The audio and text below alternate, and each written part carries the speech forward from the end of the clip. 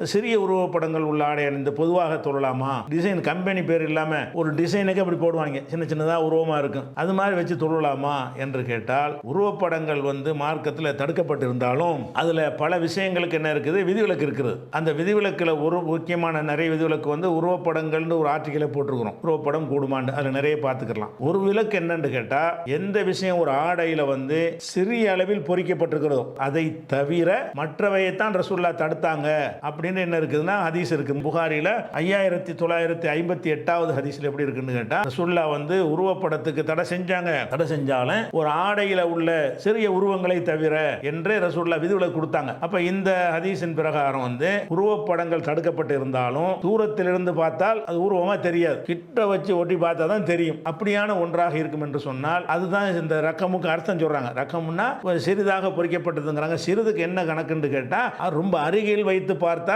உருவம் மாதிரி தெரியும், தூரத்தில் வைத்தால் என்ன செய்யாது, தெரியாது. அந்த மாதிரி இருக்கும் என்று சொன்னால் அவைகளை எப்போது அணிந்து கொள்ளலாம். அது தொழுவதற்கு கூட என்ன செய்யாது, அதுக்கு எந்த ஒரு தடையும் கிடையாது. எது அனுமதிக்கப்பட்டிருக்கோ தொழுகைக்கு அது கூடும். அதே நேரத்தில் தொழுகைக்குன்னு ஒரு தனியான ஒரு சட்டம் இருக்கு. என்ன சட்டம்னு கேட்டா, உருவப்படமே இல்லாம நம்முடைய கண்களை திசை திருப்பக்கூடிய டிசைனா இருக்குது. அதை பார்த்தா நம்ம கவனம் வேற மாதிரி மாறுது. அப்படியான ஒன்றை நம்ம அணிந்து கொண்டு தொழுவும் பொழுது நம்ம கவனம் மாறும் என்று சொன்னால் அந்த கவனம் மாறுற ட்ரெஸ்ஸை போடக்கூடாது. ஏன்னா ரசூல் ஸல்லல்லாஹு அலைஹி வஸல்லம் என்ன செய்யறாங்கன்னா, ஒரு நாள் தொழுவுறாங்க. அந்த தொழுவும் போது அபூ ஜஹம் என்பவர் என்ன செய்யிருக்காரு, ஒரு ஆடையை கொடுத்திருக்கிறார். அந்த ஆடை எப்படி இருக்குன்னா லஹு ஆலாமுன், அதுக்கு பல நிறைய டிசைன் போடப்பட்டிருக்கு.